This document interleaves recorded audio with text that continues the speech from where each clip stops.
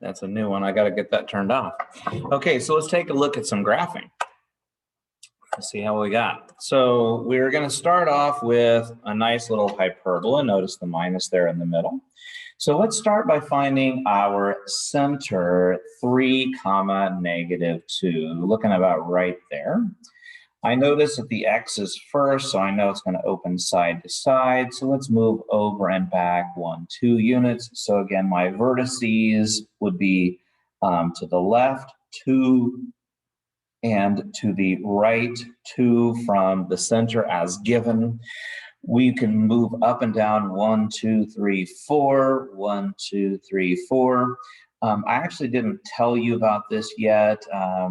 Class got preempted, so it kind of messed me up a little bit, but this distance is known as the transverse axis that goes through the whole thing. This is called the conjugate axis. We're supposed to take out the straight edge. I'm freehanding this, which is not the best thing, but I don't want the video to be particularly lengthy, so I'm freehanding it. But I think those look like pretty decent lines. Now remember, a hyperbola has a vertex right here, which we've already found, right here and here. It's going to open up, and remember, it needs to touch the box, and it should actually look like it's becoming more and more linear as it proceeds to the sides or up and down. So this is a pretty nice little hyperbola. 2 little things left to finish this problem, which is to find the equation of these 2 asymptotes coming up here like this, as well as our foci. So let's see. I know that they both go through the center, so I've got a y plus 2 and an x minus 3. Again, you could use that by taking the center and doing y minus the y value, or you can also look right here, the y plus 2 and the x minus 3 match. And then we just need a little rise over run. My rise was 4, my run was 2.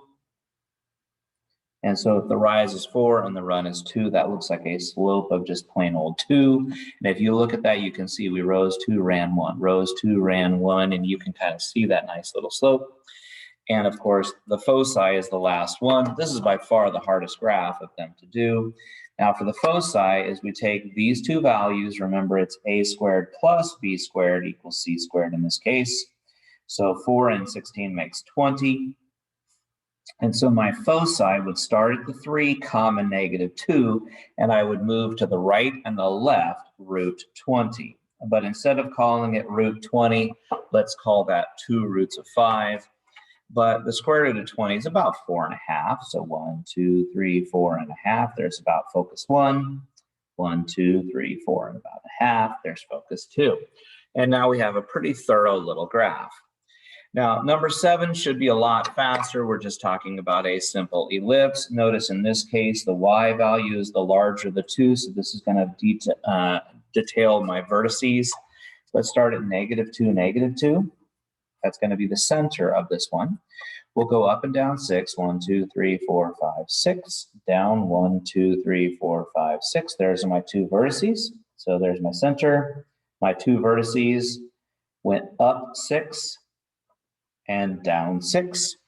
And then to the right and left, let's move over root 11, which is a little more than 3. 1, 2, 3. 1, 2, 3. Here is kind of the general shape of my ellipse.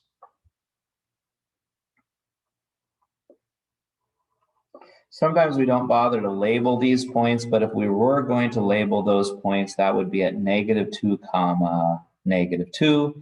And to there, I went to the right as well as the left, root 11. And that would actually tell me the location of both of these points, one to the right and one to the left.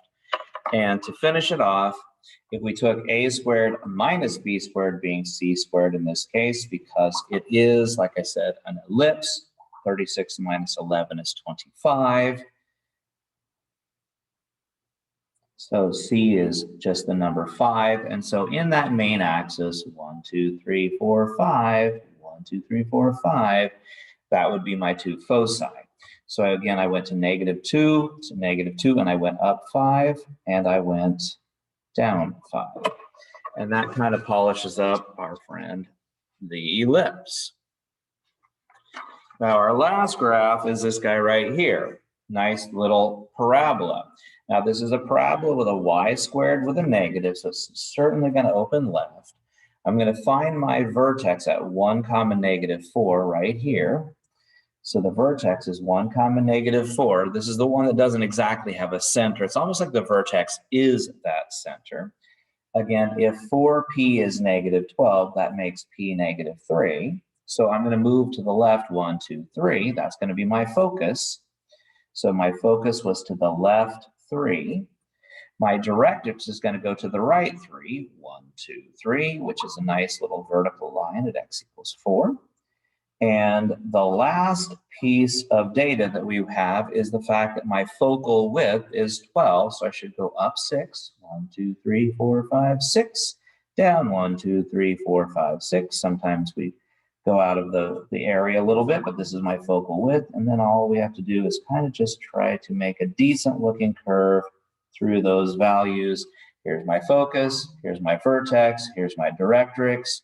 Everything is labeled. That is graphing all 3 conic sections. I think we're done with that one. All right, next video, we'll jump off from there. Bye-bye.